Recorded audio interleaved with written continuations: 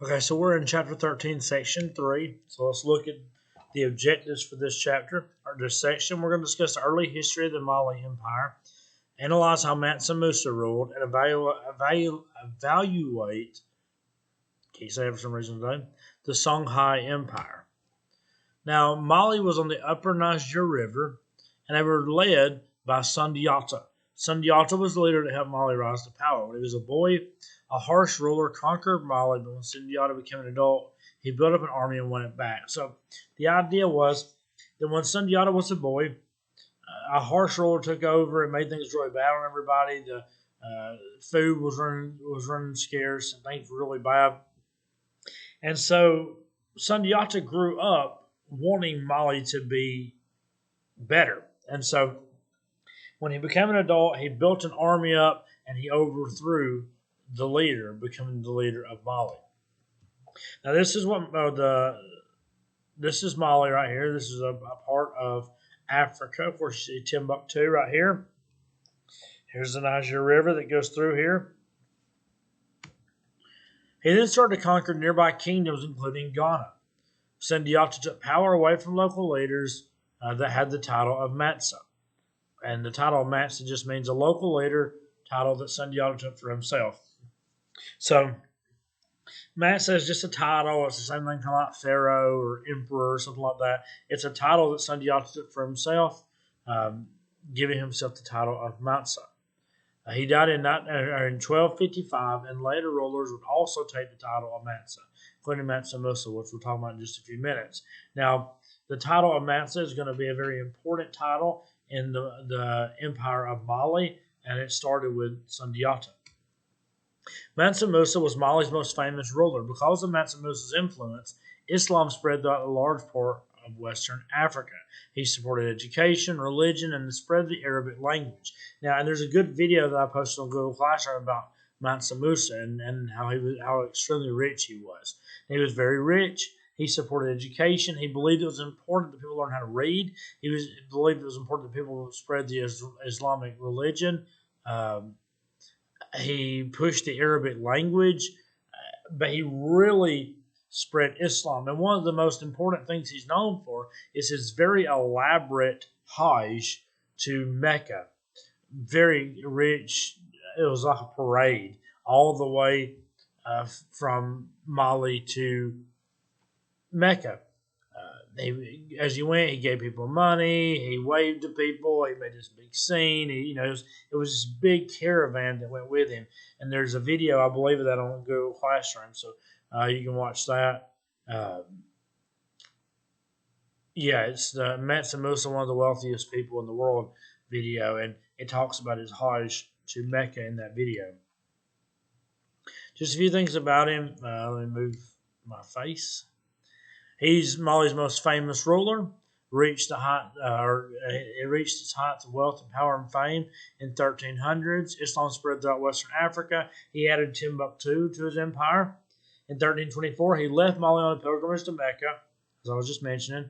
His fame spread far and wide. He supported education. He spread the Arabic language, and he built mosques throughout the empire. So they just look at him as being the richest human being in history. He's very, very wealthy, very, very rich, and he used this to spread Islam and to spread education.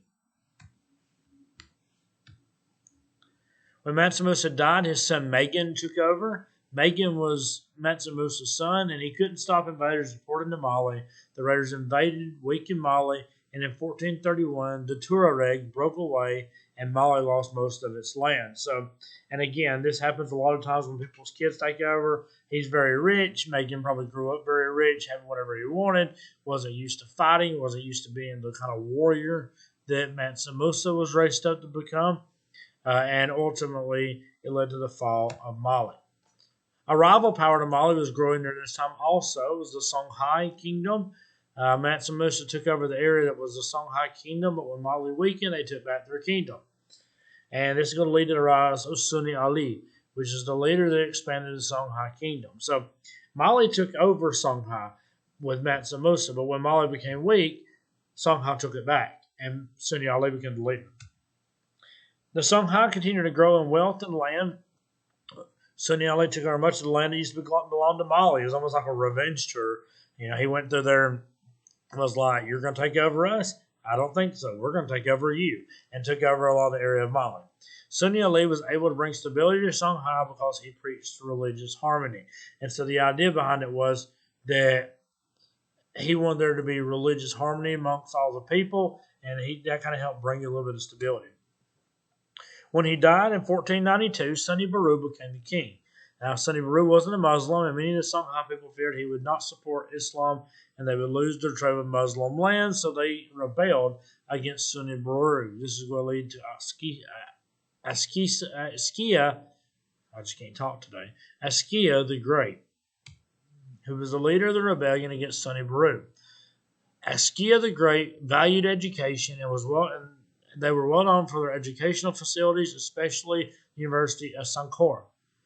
He set up 5 provinces and appointed new governors to rule over them. This is a very good thing that Askia does, because a lot of rulers are going to find out that when you rule over the whole government, it's hard to manage to keep that in line. But when you have 5 provinces and you have governors over them and you're over all of them, it's a lot easier to keep your government in line.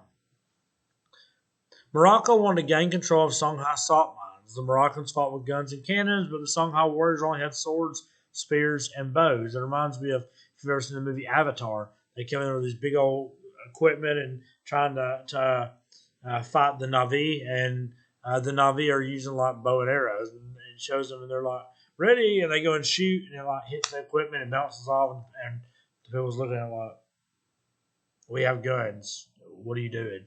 But that's what happens here. I kind of get off on a tangent there. That's what happens here. The Moroccans have guns and cannons. The Songhai warriors only had swords, spears, and bows. And the old saying is, you brought a knife to a gunfight. That's what they did.